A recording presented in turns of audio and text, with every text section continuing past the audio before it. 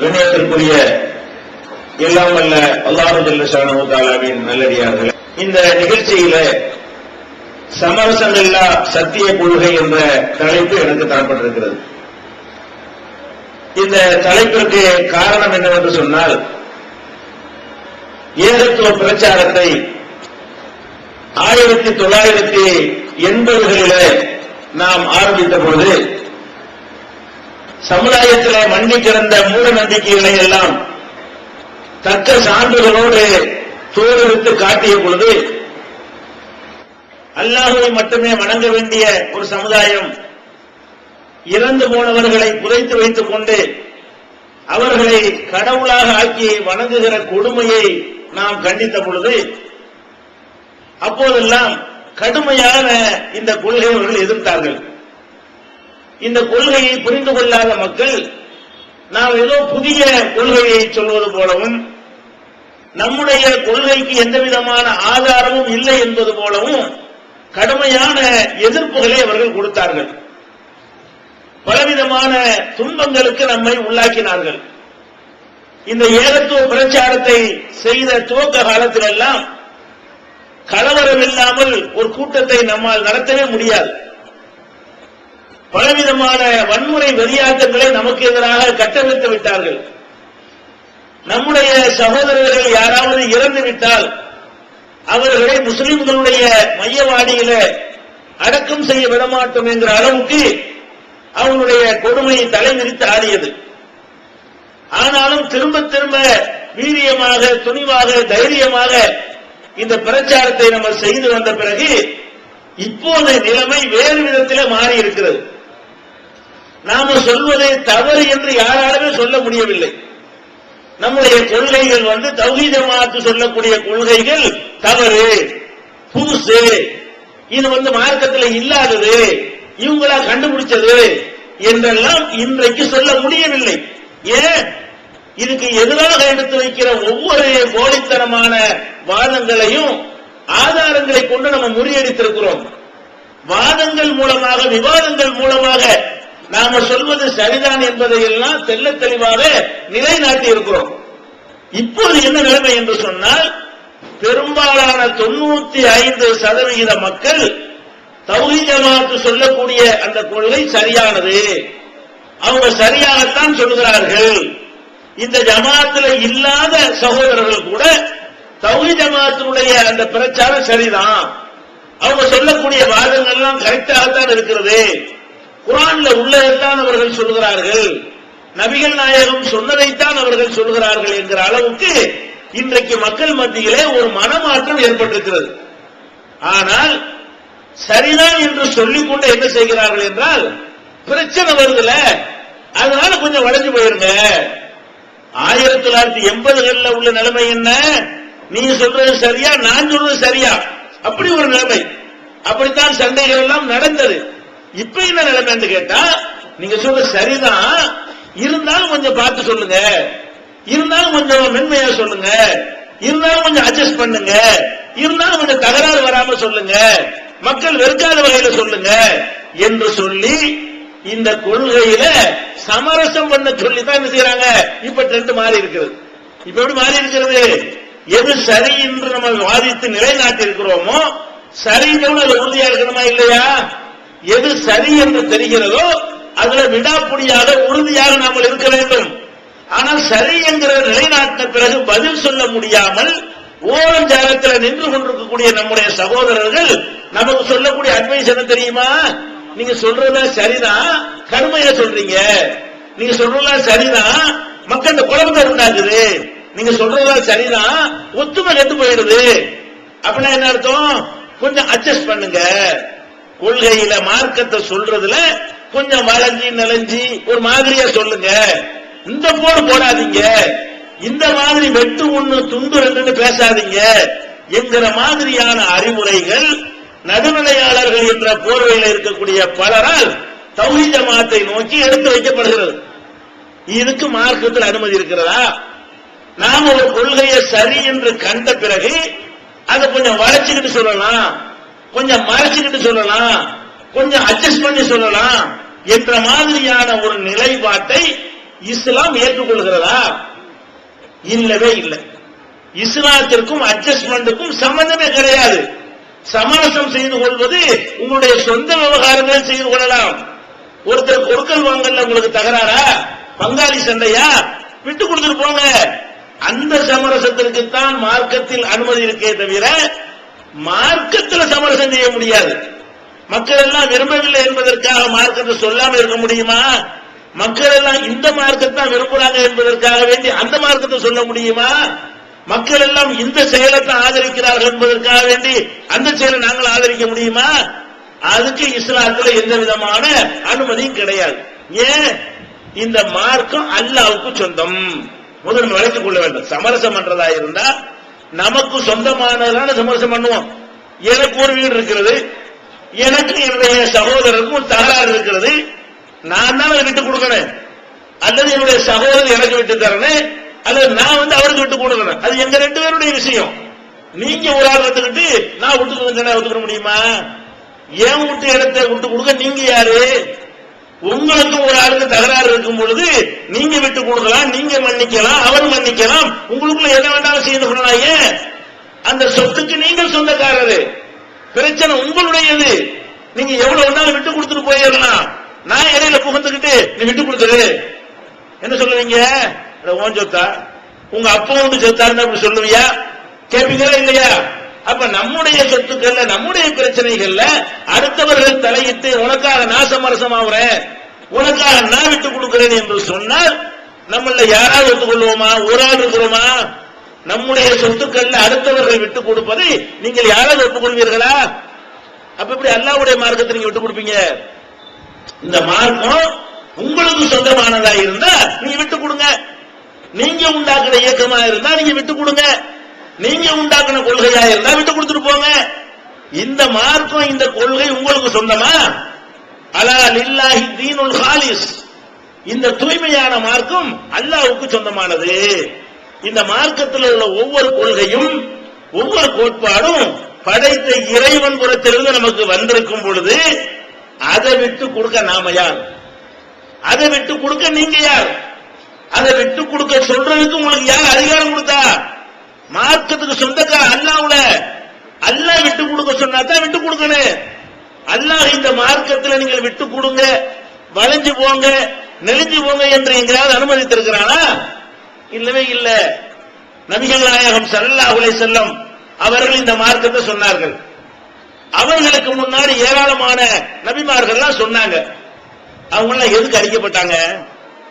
நம்ம சொல்லும் போது பட்டம கஷ்டம் அதை விட பல ஆயிரம் மடங்கு கஷ்டப்பட்டார்களா இல்லையா?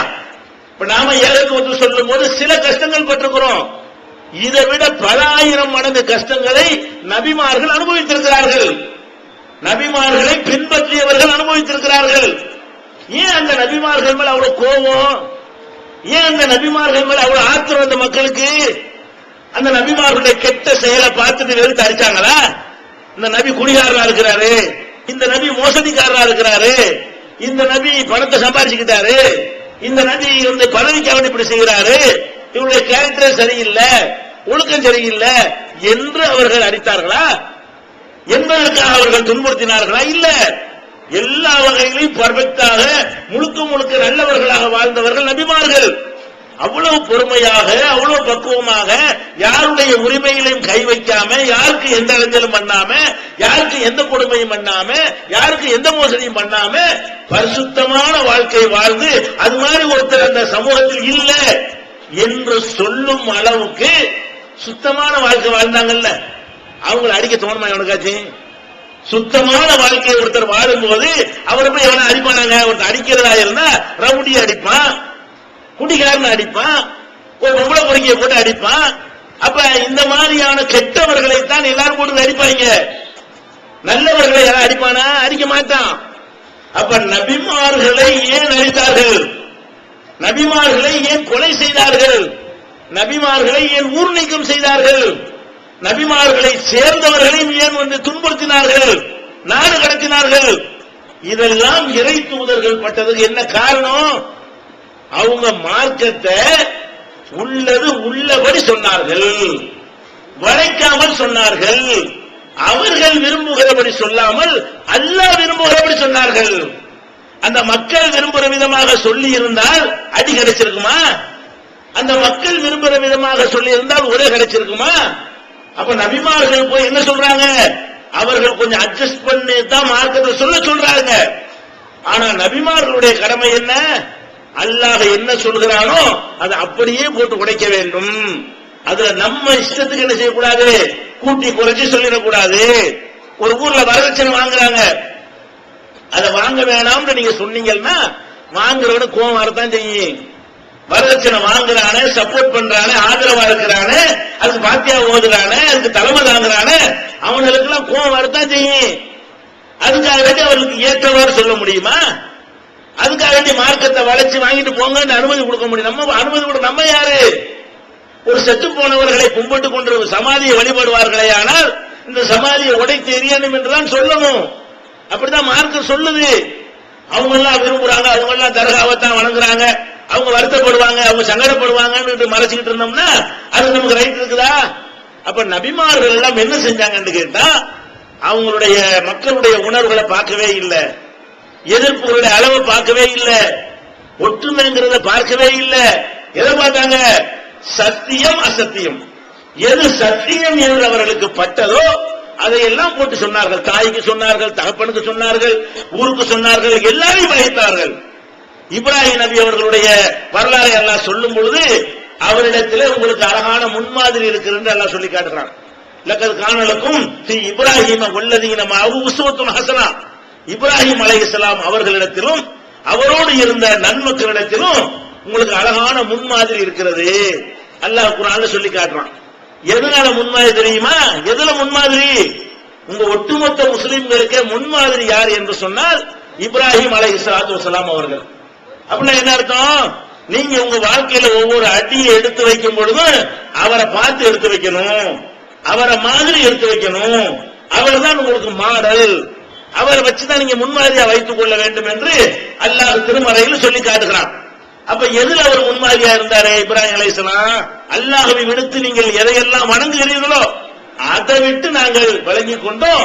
ஹத்தா தூமினு பில்லாஹி வஹதா, அல்லாஹ்வை மட்டும் நீங்கள் நம்பிக்கை கொள்ற வரைக்கும் நாங்க விலகிக்கிட்டோம், அட்ஜஸ்ட்மெண்ட் இல்லைங்கிறான். அல்லாஹ் என்ன சொல்றான்? இப்ராஹிம் நபி அவர்கள் அவங்க வாப்பா, அவங்க அம்மா, அவங்க தாத்தா, பாட்டி, சித்தப்பா, பெரியப்பா இருப்பாங்களே, அந்த மக்கள்கிட்ட போய் சொல்றாங்க, உனக்கு எனக்கு சம்பந்தம் இல்ல, உனக்கு எனக்கு எந்த ஒட்டும் இல்ல. ஏன்? நீ ஒரு தப்பான கொள்கையில் இருக்கிற, நான் சரியான கொள்கையில் இருக்கிறேன். சரியான கொள்கையில் இருக்கக்கூடிய ஒருத்தன் தப்பான கொள்கையில் உள்ளவனோடு இணங்கி போக முடியாது, அனுசரித்து போக முடியாது, அதை கண்டுகொள்ளாமல் இருக்க முடியாது, அதை கண்டிக்காமல் இருக்க முடியாது என்று இப்ராஹிம் அலைஹிஸ்ஸலாம் அவர்கள் டிக்ளேர் பண்ணாங்க இல்லையா? அதுல உங்களுக்கு முன்மாதிரி இருக்குது. அப்ப நீங்க அப்படி நடங்க. அல்லாஹ் அப்ப ஒரு தவறை கண்டோம் என்று சொன்னால் அது என்ன செய்யணும்? தாட்சண்யம் இல்லாம, வளையாம, நெளியாம உள்ளது உள்ளபடி சொல்லிவிட வேண்டும். மார்க்கத்தில் மக்களுடைய எதிர்ப்பை பார்த்துவிட்டு, மக்களுடைய கடுமையான கோபத்தை பார்த்துவிட்டு, ஏற்படுகிற விளைவுகளை பார்த்துவிட்டு நம்ம அது இன்னைக்கு சொல்ல வேணாம், இது நாளைக்கு சொல்ல வேணாம், இது அடுத்த வருஷம் சொல்லிக்கிறோம், இது அடுத்த வருஷத்துக்கு பார்த்துக்கிறோம். அந்த விளையாட்டு இஸ்லாத்துல கிடையவே கிடையாது. நபிகள் நாயகம் ஸல்லல்லாஹு அலைஹி வஸல்லம் அவர்கள் ஆரம்பத்தில் பிரச்சாரம் செய்தார்கள் இல்லையா? ஆரம்ப காலத்தில் பிரச்சாரம் செய்யும் பொழுது அவங்க சந்தித்த மக்கள் நபிகள் நாயகத்தை சின்ன வயசுல இருந்து பாக்குறாங்க. வெளியூர் ஆள் இல்ல, வெளியூர் ஆளா இருந்தா அவருடைய கடந்த காலம் யாருக்குமே தெரியாது. நான் உங்க தாம்பரத்திலிருந்து குடியேறிட்டேன்னு வைங்கள, நான் 15 வயசுல என்ன பண்ண உங்களுக்கு தெரியுமா? என்னுடைய 25 வயசுல என்ன பண்ண உங்களுக்கு தெரியுமா? என்னுடைய 30 வயசுல நான் திடீர்னு வந்து தாம்பரத்தில் குடியேறிட்டேன். இப்ப நான் எப்படி இருக்கேன்னு பாப்பீங்களே தவிர என்னுடைய கடந்த கால வாழ்க்கை யாருக்காவது தெரியுமா? தெரியாதுங்க. வெளியூர்ல உள்ளவனுக்கு இப்ப உள்ளதான் தெரியுமே தவிர துவக்கம் எல்லாம் தெரியாது. யாருக்கு தெரியும்?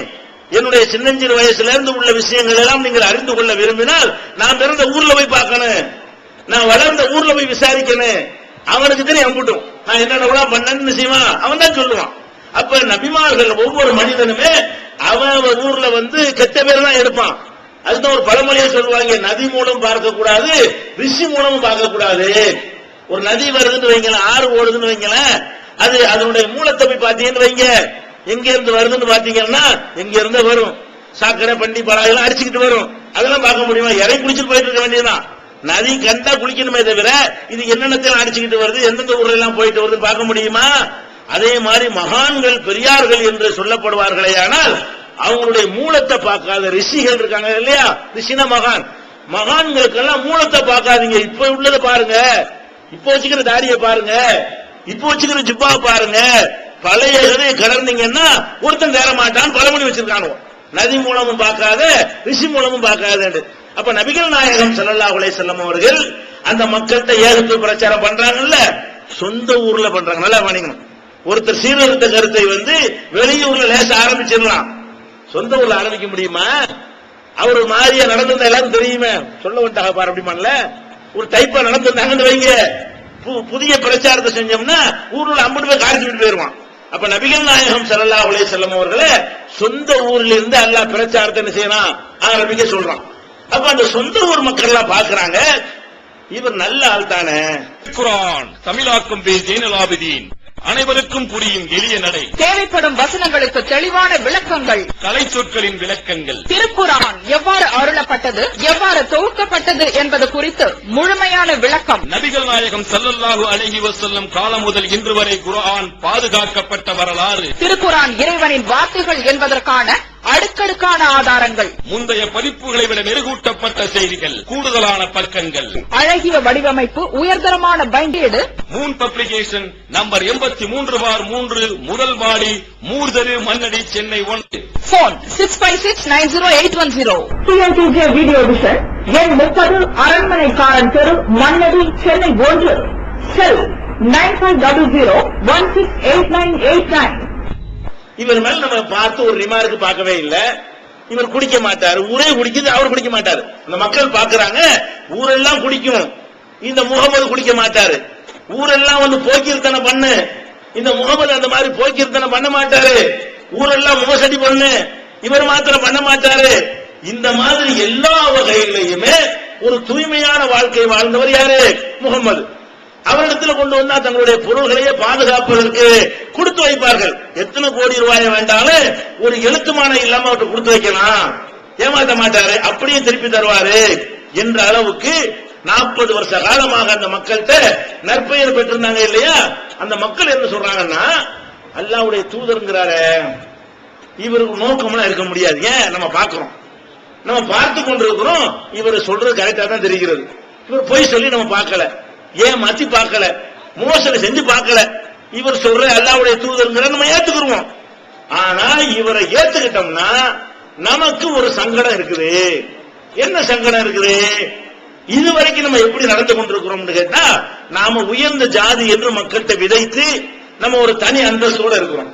நாங்கெல்லாம் உயர்ந்த ஜாதி, நாங்கெல்லாம் மனிதர்கள்ல சிறந்த படைப்பினம் என்று மக்கள்கிட்ட ஒரு நம்ப வச்சிருக்கிறோம், பொதுமக்கள்கிட்ட.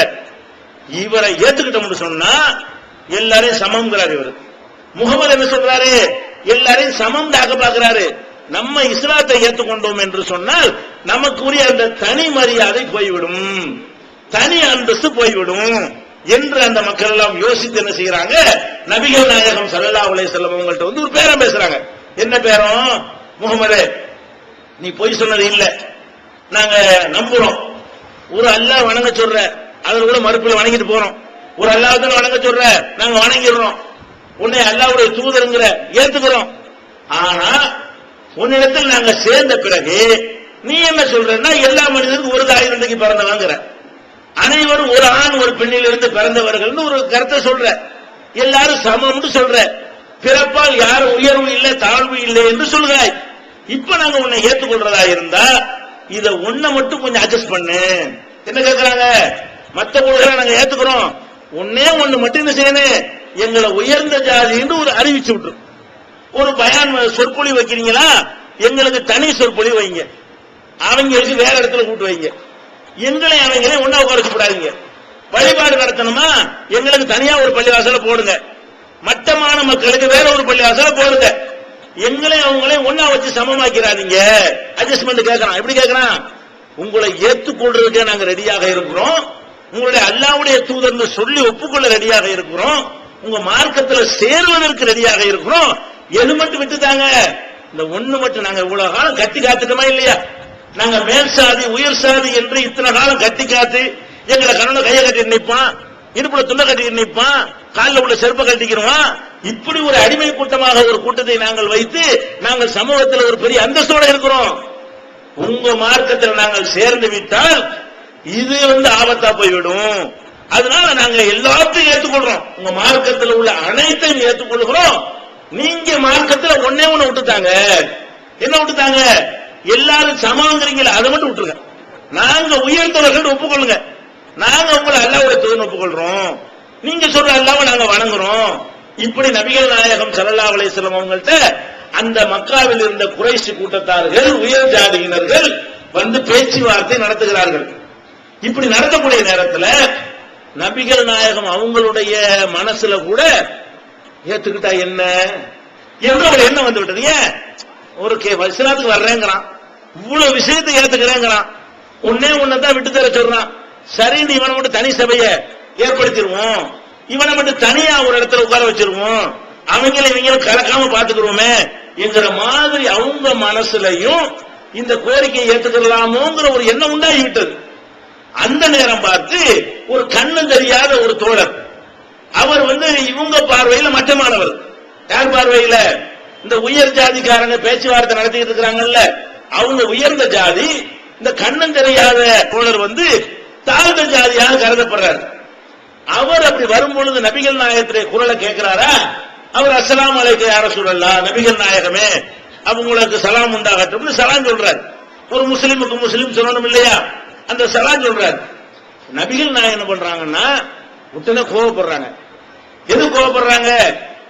இதைத்தான் பேசிக்கிட்டு இருக்கிறாங்க. என்ன பேசிக்கிட்டு இருக்கிறாங்க? நாங்க இருக்கிற சபைக்கு இந்த மாதிரி ஆள் வரக்கூடாதுன்னு பேசிக்கிட்டு இருக்கிறாங்க. இந்த நேரம் பார்த்து இந்த ஆள் வர்றாரு. எப்படிப்பட்ட ஒரு பேச்சு நடந்துகிட்டு இருக்கு, எப்படிப்பட்ட மக்கள்கிட்ட பேசிக்கிட்டு இருக்கிறோம், இந்த நேரத்தில் இவர் வர்றாரு என்று சொல்லி அவர் மீது, குருடர் மீது கோபப்பட்டு நபிகள் நாயகம் அவர்களை செய்யவரை புறக்கணிக்கிறார்கள். முகத்தை ஒரு கடுகடுப்பா வைத்துக் கொண்டார்கள். நல்ல வேளைக்கு ஒரு கண்ணும் தெரியல, அவர் பார்க்கல. ஆனால் நபிகள் நாயகம் உடனடியாக கடுகடுப்பாக முகத்தை வைத்துக் கொண்டு அவரை புறக்கணிக்கிறார்கள். எதுக்கு புறக்கணிக்கிறாங்க? இவங்க உயர் ஜாதிக்காரங்க இந்த மாதிரி ஆளுங்க வரக்கூடாதுன்னு பேசிட்டு இருக்கிறாங்க. இந்த நேரத்தில் இவர் ஏன் வந்தாரு? இதான் மேட்டர். உடனே அல்லாஹ் என்ன செய்யறான் தெரியுமா? நபிகள் நாயகம் ஸல்லல்லாஹு அலைஹி வஸல்லம் கூட இதை சரி கொஞ்சம் விட்டு கொடுத்துருவோமே என்று நினைக்கும் பொழுது அல்லாஹ்விடம் இருந்து ஒரு வசனம், ஒரு சூரா 80வது அத்தியாயம் இறங்குகிறது. என்ன அத்தியாயம் இறங்குறது? அபசவத்தவல்லா அஞ்சாஹுல்லாமா. ஒரு குருடர் வந்ததற்காக வேண்டி நீ முகத்தை சுளிக்கிறாய், ஒரு குருடர் வந்ததற்காக வேண்டி நீ அவரை அலட்சியப்படுத்துகிறாய், கண்டிக்கிறான் அல்லாஹ். நபிகள் நாயகம் நினைக்கிறாங்க ஒரு பெரிய கூட்டம் இஸ்லாத்துக்கு வருது, நம்ம ஒரு கொள்கை விட்டு கொடுத்துருவோம், அவன் விரும்புற மாதிரி ஒண்ணு செஞ்சு கொடுத்துருவோம் அப்படின்னு சொல்லி. எதுக்காக விட்டு கொடுக்கறாங்க? காசு பணம் வாங்கிட்டு விட்டு கொடுக்கல, பயந்துகிட்டு விட்டு கொடுக்கல, அவன் வர்றானுங்கிற விட்டு கொடுக்கறாங்க. எதனால விட்டு கொடுக்கறாங்க? அவன் ஒரு பெரிய கூட்டமே இஸ்லாத்துக்கு வர ரெடியா இருந்தான்னு சொன்னா நம்ம வேண்டாம் இது ஒண்ணு விட்டுட்டு போயிடுவோமே. அல்லாஹ் என்ன பண்றான்? விட்டு கொடுக்க. நீ யாரு? நான் இதை முடிவு செய்யணும், நான் எல்லாரும் சமம்னு சொல்றேன், நீ சமம் இல்லைங்கிறியா? அப்படிங்கிறதுக்காக அல்லாஹ் என்ன பண்றான்னு கேட்டா, குர்ஆன்ல நபிகள் நாயகம் அவர்களை கண்டித்து இந்த வசனங்களை அருளுகிறான். அதை நபிகள் நாயகம் ஸல்லல்லாஹு அலைஹி வஸல்லம் அவர்களே மக்கள்கிட்ட சொல்லுகிறார்கள். இந்த மாதிரி என்ன இறைவன் கண்டித்துட்டான். அது என்ன சொல்லுகிறது? அபசவத்தவல்லா அஞ்சாஹுல்லாமா.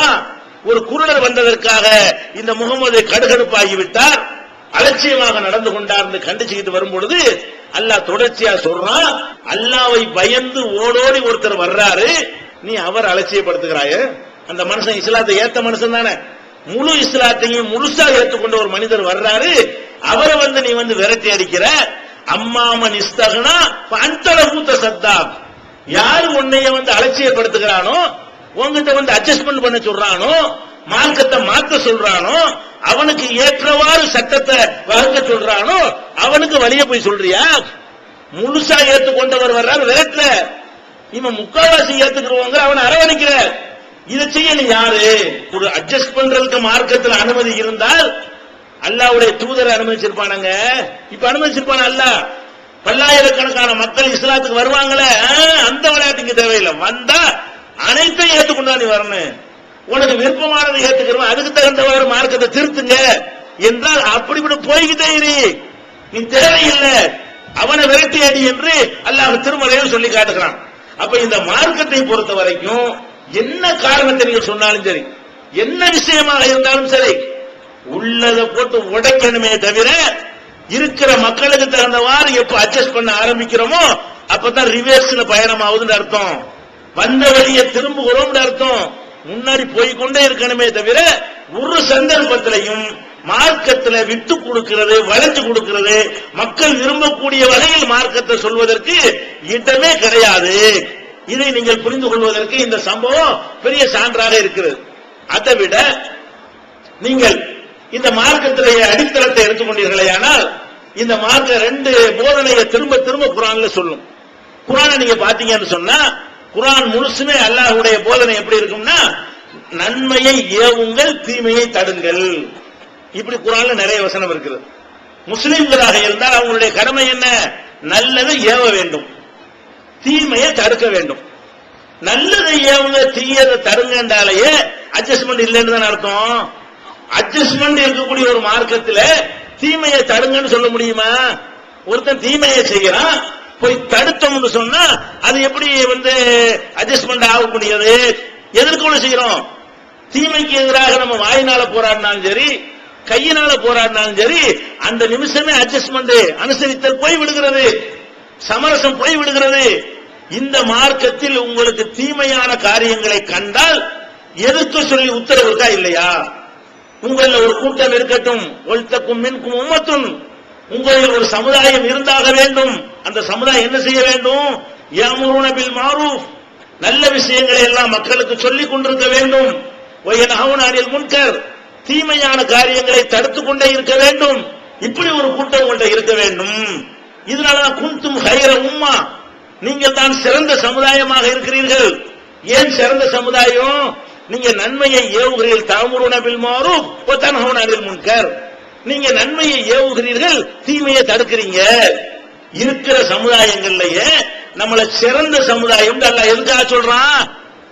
உங்களுக்கு தான் இந்த கடமை சுமத்தப்பட்டிருக்கிறது. எந்த கடமை? நல்ல விஷயங்களை எல்லாம் அடுத்த ஆளுக்கு சொல்லணும், தீமையை கண்டா அதை தடுக்கணும்.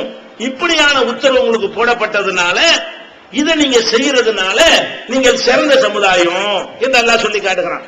அப்ப நம்மள சிறந்த சமுதாயமா எதனால் ஆகிறோமோ அதை விட்டு கொடுக்க இயலுமா?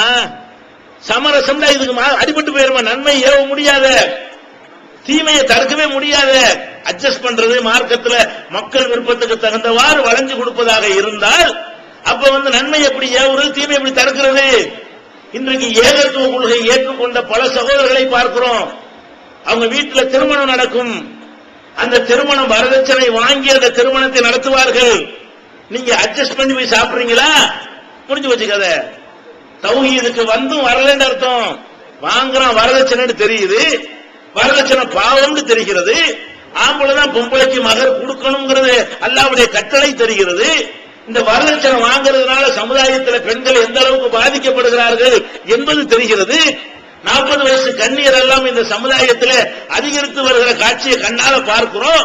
இவ்வளவு இவங்க தான் காரணம்னு விளங்குகிறது. உங்க அண்ணன் வரதட்சணை வாங்கினதுனால நீங்க உறவை பேணுவதற்கு போய் கலந்து கொள்றீங்க. உங்க தம்பி வரதட்சணை வாங்கினா அதுல போய் நீங்க கலந்துக்கிற தயாரா இருக்கிறீங்க. உங்க சித்தப்பன் பெரியப்பன் வீட்டுல வரதட்சணை வாங்கி திருமணம் சொன்னால் அந்த திருமணத்துல போய் என்ன செய்றீங்க? பங்கெடுத்து சாப்பிட்டு வர ரெடியா இருக்கிறீங்க. இது எப்படி ஒரு முஸ்லிம் இருக்க முடியும்? பேருக்கு தௌஹீத்னு சொல்லிக்கிறீங்க. தௌஹீத் என்ற ஏகத்துவ கொள்கை என்று சொல்லிக் கொண்டு நீங்கள் எதை தப்பு என்று ஒத்துக்கொண்டீர்களோ அதுல எப்படி சமரசமாவீங்க? அதுல எப்படி அட்ஜஸ்ட் பண்றீங்க? அதுல எப்படி உங்களால் இணக்கமாக போக முடிகிறது? நபிகள் நாயகம் ஸல்லல்லாஹு அலைஹி வஸல்லம் அவர்கள் தங்களுடைய மகள் பாத்திமா வீட்டுக்கு வருகிறார்கள். அவங்களுடைய மகள் பாத்திமாவுடைய வீட்டிற்கு விருந்துக்கு வருகிறார்கள். பாத்திமா ரலியல்லாஹு அன்ஹா அவர்கள் ஒரு விருந்து தயாரித்து தகப்பனார் அழைக்கிறார்கள். அதுக்காக வேண்டி மகள் வீட்டுக்கு யார் வர்றா? நபிகள் நாயகம் ஸல்லல்லாஹு அலைஹி வஸல்லம் அவர்கள் வர்றாங்க. அப்படி வரும் பொழுது வீட்டு வாசல்ல பார்த்தா ரொம்ப வேலைப்பாடு செய்யப்பட்ட உருவங்கள் பதிக்கப்பட்ட ஒரு திரை சீலை தொங்கவிடப்பட்டிருக்கிறது, ஸ்கிரீன். அந்த ஸ்கிரீன்ல என்ன இருக்கிறது? பலவிதமான உருவங்கள் வரையப்பட்டிருக்கிறது. இந்த உருவங்களை அலங்காரமாக வரைந்து தொங்க போடுவதற்கு மார்க்கத்தில் தடை இருக்கிறது. அப்ப நபிகள் நாயகம் ஸல்லல்லாஹு அலைஹி வஸல்லம் வீட்டுக்கு வர்றாங்களா? பெத்த மக வீட்டுக்கு வர்றாங்க, மகளை பார்க்கல. மகள் அன்போடு விருந்து கூப்பிட்டு இருக்கிறாங்க, அதையும் பார்க்கல. அந்த வீட்டுக்குள்ள போனா பேரப்புள்ள அசனும் செயலாம் இருக்கு, அதை கொஞ்சலான்னு வர்றாங்க, அதையும் பார்க்கல, மருமகனை பார்க்கல. எது பார்க்கறாங்க? இந்த செயல் மார்க்கத்தில் உள்ள ஒரு செயல் இல்லையே, இந்த செயல் மார்க்க அனுமதிக்காத செயல் ஆயிடுச்சுன்னு சொல்லி உடனே திரும்பிடுறாங்க. மகள் வீட்டுக்கு போகாமல், மகள் வீட்டுக்குள்ள நுழையாமல் என்ன செஞ்சாங்க? திரும்பி வர்றாங்க. எதனால திரும்பி வர்றாங்க? மார்க்கத்தில் அனுமதி இல்லாத ஒரு ஸ்கிரீன் அவங்க வீட்டு வாசல்ல தொங்குகிறது. இது அவங்களுடைய மகள் செய்தது அவங்களுக்கு பிடிக்கல. இப்ப என்ன பார்க்கணும்? மகளா மார்க்கமா? எதை பார்க்கணும்? அல்லாஹ் மேல உள்ள அன்பு பெருசா, மகள் மேல உள்ள அன்பு பெருசா? அந்த கொஸ்டின் வந்துடா இல்லையா? அப்ப என்ன செஞ்சாங்க? அவங்க மகளை புறக்கணிச்சுட்டு வர்றாங்க. நீங்க என்ன பண்றீங்க? எங்க உம்மா வாங்கிட்டாங்க, எங்க பாப்பா வாங்கிட்டாங்க, எங்க அண்ணன் வாங்கிட்டாரு, நாங்க எவ்வளவு சொன்ன கேட்கல, இத கேட்காட்டி வந்துரு. நீ எப்படி இதுல கலந்துக்கிடுவ? திருமணம் ஒண்ணு பண்றான், ஊருக்குறா சீரியல் லைட் போடுறான், லட்சக்கணக்கான ரூபாய்களை திருமணத்தின் பெயரால விரயம் பண்ணுகிறான், கச்சேரி வைக்கிறான், பாட்டு கச்சேரி வைக்கிறான், இப்படியான ஒரு பொருளா பெரிய மண்டபம் பிடித்துக்கு திருமணம் நடத்துகிறான். ஒரு கல்யாண பத்திரிகைக்கு 100 ரூபாய், அட்டைக்கு 100 ரூபாய் செலவழிக்கிறான். அப்ப எத்தனை ஏழைப்பாளைகள் வந்து திருமணம் ஆகாமல் வந்து ஏங்கி கொண்டிருக்கிறார்கள். ஒரு பத்திரிகை 100 ரூபாய்க்கு அடிக்கிறாங்க. இந்த மாதிரி அழித்து கொண்டு கல்யாணம் பண்றான்னு தெரிகிறது. உங்களை வெத்தலை வச்சு அழைச்சோம் போய் திண்டு வரீங்களா இல்லையா? அப்புறம் என்ன தௌஹீதுங்கற, நீங்க என்ன மார்க்கத்தில் இருக்குது கேட்கிறேன். அப்ப நீங்கள் எதை சரி என்று ஒப்புக்கொண்டீர்களோ அதுல உறுதியா இருக்கணுமா இல்லையா? ஒருத்தர் வந்து கேட்கிறாரு, நபிகள் நாயகம் ஸல்லல்லாஹு அலைஹி வஸல்லம் கேட்கிறாரு, நீங்க வந்து எனக்கு ஒரு அறிவுரை சொல்லுங்க. அந்த அறிவுரை எப்படி அறிவுரையா இருக்குன்னு எல்லாம் அதுல அடங்கிடணும். அவர்கிட்ட கேட்கிறாரு, பெரிய பெரிய 2 மணி நேரம் பயான்லாம் பண்ணிடக்கூடாது, எனக்கு ஒரு அறிவுரை சொல்லுங்க, அதுல அனைத்தும் அதுக்குள்ள அடங்கிடணும். அது மாதிரி ஒரு ரத்தின சுருக்கமாக எனக்கு ஒரு அறிவுரை சொல்லுங்க என்று நபிகள் நாயகம் ஸல்லல்லாஹு அலைஹி வஸல்லம் அவங்கள்ட்ட ஒருத்தர் கேட்கிறாரு. அப்ப என்ன சொன்னாங்க தெரியுமா? குல் ஆமன்து பில்லாஹ் சும்மஸ்தகிம். என்ன சொன்னாங்க? ஆமன்து பில்லாஹ் என்று சொல், அல்லாஹ்வை நம்பினேன் என்று சொல், பிறகு உறுதியாக நில். இதான் பதில். ஒரு வரையில் சொல்லி போயிட்டாங்க.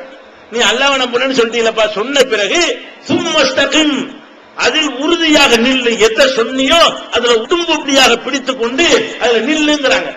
அப்ப நம்ம ஒரு மார்க்கத்தை ஏத்துக்கிட்டோம்னா உடும்புப்படியா பிடிச்சி நிக்கணுமா இல்லையா? நீங்க ஒரு கொள்கை வரதட்சணை கூடாதுன்னு விளங்கிட்டீங்க, தர்கா வழிபாடு கூடாதுன்னு விளங்கிட்டீங்க, இணை கற்பிக்க கூடாதுன்னு விளங்கிட்டீங்க. நீங்க கல்யாண சம்பந்தம் பண்ணும்போது என்ன பண்றீங்க? மாப்பிள்ளை பொண்ணு தேடும் போது அல்லாவுக்கு இணை கற்பிக்கிறான்னு தெரிஞ்சு அவனுக்கு போய் பொண்ணை கொடுக்குறீங்க, அல்லாவுக்கு இணை கற்பிக்கிற பொண்ணுன்னு தெரிஞ்சு அங்க போய் பொண்ணு எடுக்கிறீங்க. வளைஞ்சிட்டீங்களே, அட்ஜஸ்ட் பண்ணிட்டீங்களே. நம்ம பொண்ணுக்கு மாப்பிள்ளை தேடுவதாக இருந்தால் இவன் செத்து போனால வணங்காம இருக்கிறானா, தர்காக்கள்ல போய் கும்பிடாம இருக்கிறானா, மனிதர்கள் காலில் விழுந்து சாஷ்டாங்கம் பண்ணாம இருக்கிறானா, அல்லாஹ் மட்டும் வணங்கக்கூடியவனா இருக்கிறானா என்று பார்த்து தானே நீங்க மாப்பிள்ளை பொண்ணு எடுக்கணும் கொடுக்கணும். பார்க்க மாட்டேங்கிறீங்களே. கல்யாணம் வந்தா எதை வேண்டாலும் விட்டு கொடுக்க ரெடியா இருக்கிறீங்களே. அப்ப அந்த மாதிரி எல்லாம் வருவதற்கு என்ன காரணம்? இந்த மார்க்கத்தில் அட்ஜஸ்ட் பண்ணலாங்கிற ஒரு விதையை விதைச்சு விட்டார்கள். சொந்தத்தை அனுசரிப்பதற்காக வேண்டி, சமுதாய ஒற்றுமையை உண்டாக்குவதற்காக வேண்டி மார்க்கத்தை அனுசரிக்கலாம் என்று ஒரு கருத்தை உண்டாகிவிட்டார்கள். அது மார்க்கத்தில் கிடையவே கிடையாது. சொந்த பந்தம் எல்லாம் கொள்கைக்கு அப்புறம் தான் சொல்லக்கூடிய ஒரே மார்க்கம் இஸ்லாம். இப்ப இப்ராஹிம் நபி அவர்களுடைய அதே சம்பவத்துக்கு திருப்பி வர்றோம். உலகத்தில் உள்ள படைப்புகள்லயே அல்லாஹ் வந்து இப்ராஹிம் நபி அளவுக்கு யாரையும் புகழ்ந்து சொல்லல. குர்ஆன் எடுத்து பாத்தீங்கன்னா எந்த நபியையும் இந்த அளவுக்கு புகழ கிடையாது. எந்த அளவுக்கு? இப்ராஹிம்ங்கிற இறை தூதரை அல்லாஹ் புகழ்ந்திருக்கிறான அதுக்கு நிகராக ஒருவரையும் புகழவில்லை. நபிகள் நாயகம் ஸல்லல்லாஹு அலைஹி வஸல்லம் அவர்களை கூட இப்ராஹிம் நபியை புகழ்ந்த அளவுக்கு அல்லாஹ் புகழவில்லை. அதனாலதான் நபிகள் நாயகம் ஸல்லல்லாஹு அலைஹி வஸல்லம் அவர்கள் அத்தஹியாத்துல ஒரு துஆவை கற்றுத் தர்றாங்க. எப்படி கற்றுத் தர்றாங்க? அல்லாஹும்ம ஸல்லி அலா முஹம்மதின் வ அலா ஆலி முஹம்மதின் கமா ஸல்லைத அலா இப்ராஹிம். இறைவா, இப்ராஹிமுக்கு நீ அருள் புரிந்தது போல எங்க முகமது நபிக்கு அருள் புரிவாயாக நம்ம கேட்கிறோம். அதை கற்றுத் தர்றாங்க. நம்ம தொழுகையில் என்ன கேட்கிறோம்? இப்ராஹிம் நபி மாதிரி நீங்க யாருக்கு அருள் புரியல, அந்த மாதிரி எங்க நபிக்கு அருள் புரிவாயா. அத்தஹியாத் ஓதுறீங்களா ஸலவாத், அதுக்கு என்ன அர்த்தம்? அல்லாஹும்ம ஸல்லி அலா முஹம்மதின், முஹம்மது ஸல்லல்லாஹு அலைஹி வஸல்லம் அவர்களுக்கு நீ அருள் புரிவாயாக, வ அலா ஆலி முஹம்மதின், அவருடைய குடும்பத்தாருக்கும் அருள் புரிவாயாக, கமா ஸல்லைத அலா இப்ராஹிம், இப்ராஹிம் நபிக்கு நீ எப்படி அருள் புரிந்தாயோ அந்த மாதிரி எங்க நபிக்கு நீ அருள் புரிவாயாக கேட்கிறோம்னா யார் ரொம்ப டாப்ல வச்சுட்டான்ல? இப்ராஹிம் நபி ரொம்ப மேல வச்சுட்டான். நபிகள் நாயகம் ஸல்லல்லாஹு அலைஹி வஸல்லம் அவர்களே அப்படித்தான் மேல வைக்கிறாங்க. மறுமை நாள்ல எல்லாரும் எழுப்பப்படுவோம்.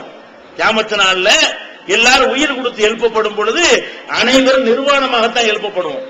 ஏன் பிறக்கும் போது அப்படிதான் நம்ம பிறந்தோம். எல்லோருமே பிறக்கையில் எப்படி நிர்வாணமாக ஆடை இல்லாமல் பிறக்கிறோமோ அந்த மாதிரி தான் எழுப்பப்படும் பொழுது நிர்வாணமாக எழுப்பப்படுவோம் என்று ரசூல் ஸல்லல்லாஹு அலைஹி வஸல்லம் சொல்றாங்க. அப்ப ஆயிஷா நாயகி கேட்கிறாங்க, நிர்வாணமா எழுப்பப்பட்ட ஆம்பளை கும்பலை எல்லாம் இருந்தா ரொம்ப அசிங்கமா இருக்குமே அப்படின்னு ஆயிஷா நாயகி கேட்கிறாங்க. அசிங்கமா? அந்த கொடூரத்தை பார்க்கும்போது இப்படி இல்லாம என்ன வரும்?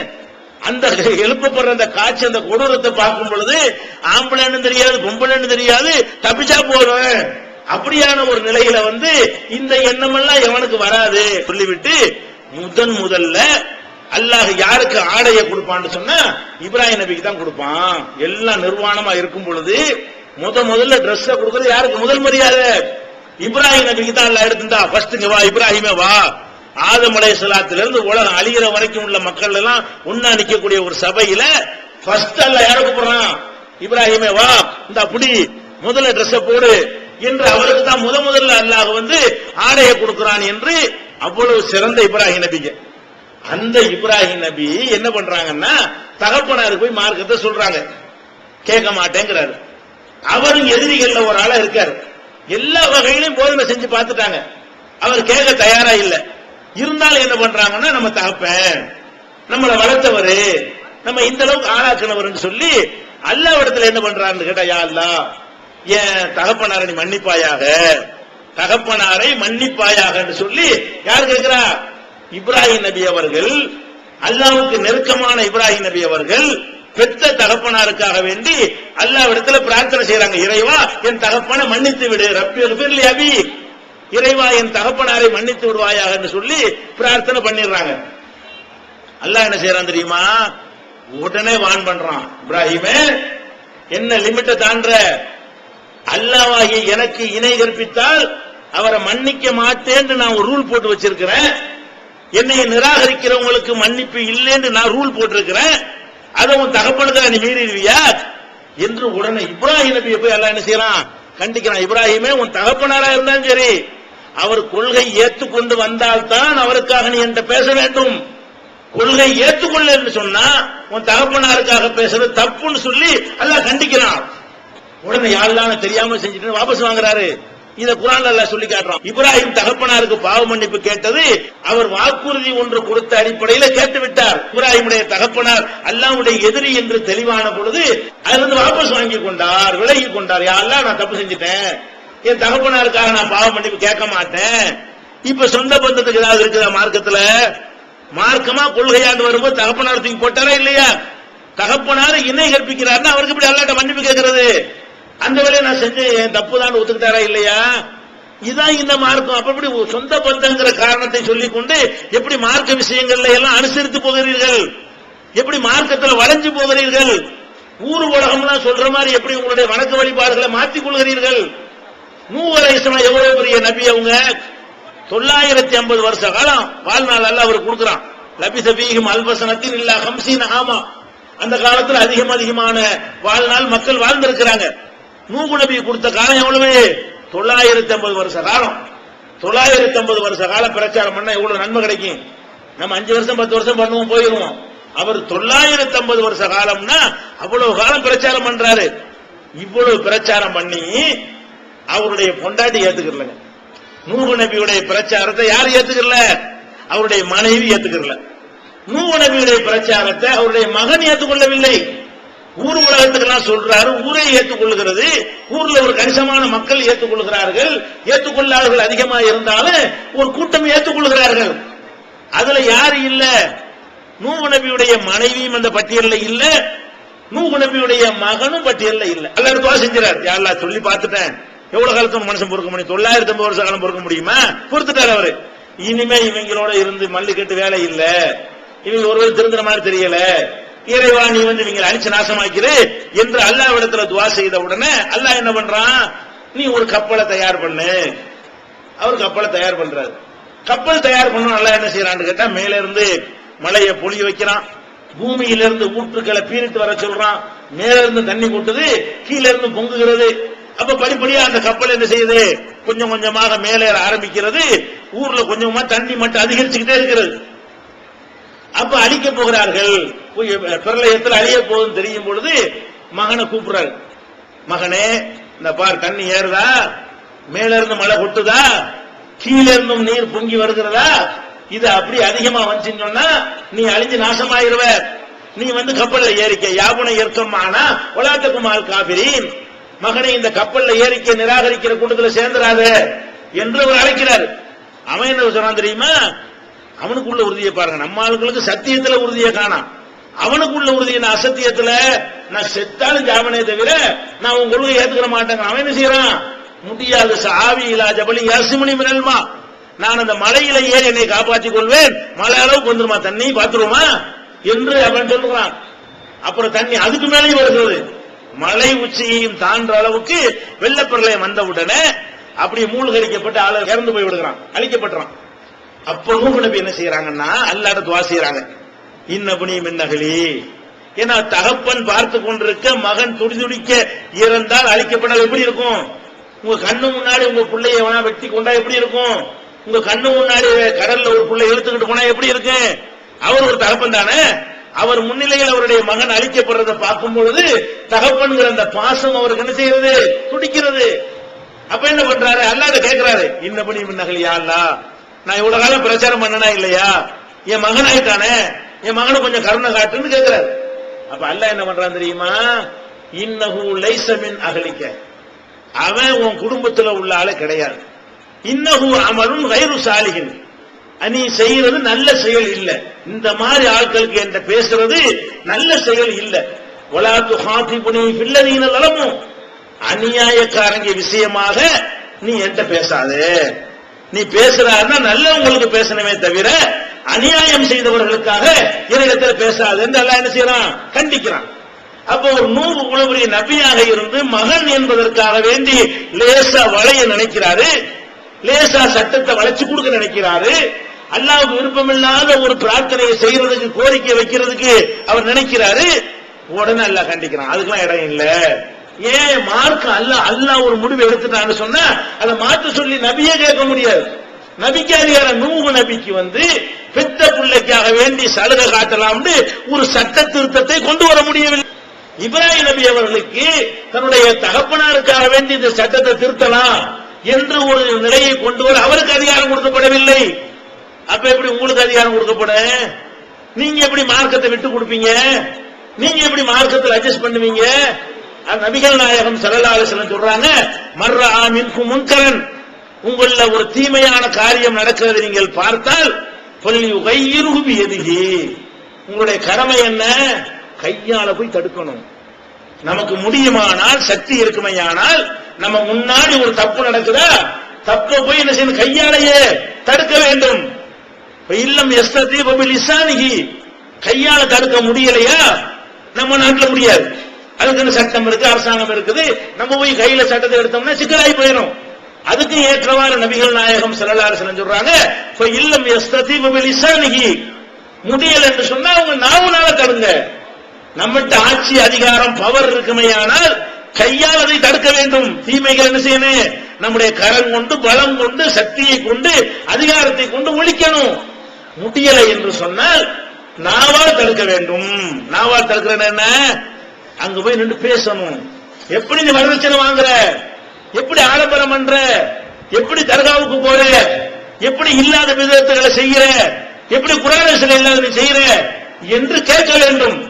நாவால தடுக்கணும். எப்ப கையால தடுக்க சக்தி இல்லைன்னா நாவால தடுக்க, நாவால இப்ப எங்கேயும் தடுக்கலாம். நாவால தடுக்கிறது நம்ம நாட்டில் எவனும் தடுக்க முடியாது.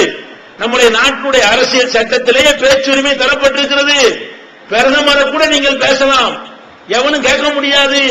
பெரிய தலை ஜெயலலிதாவை பற்றி பேசலாம், எவனும் கேட்க முடியாது. கருணாநிதியை பற்றி நீங்கள் பேசலாம், எவனும் கேட்க முடியாதுங்க. நீ பேசுனது கரெக்டான விஷயமா இருந்தா மக்கள்கிட்ட சொல்லலாம், தப்பா இருந்தா கேஸ் போட்டுக்க. பேச்சுரிமை அவனுக்காக தடுக்க முடியுமா? அப்ப அந்த மாதிரி இருக்கக்கூடிய நேரத்தில் இந்த நாட்டை பொறுத்த வரைக்கும் வாயால் தடுக்க முடியுமா, முடியாதா? கையால தடுக்க முடியாது.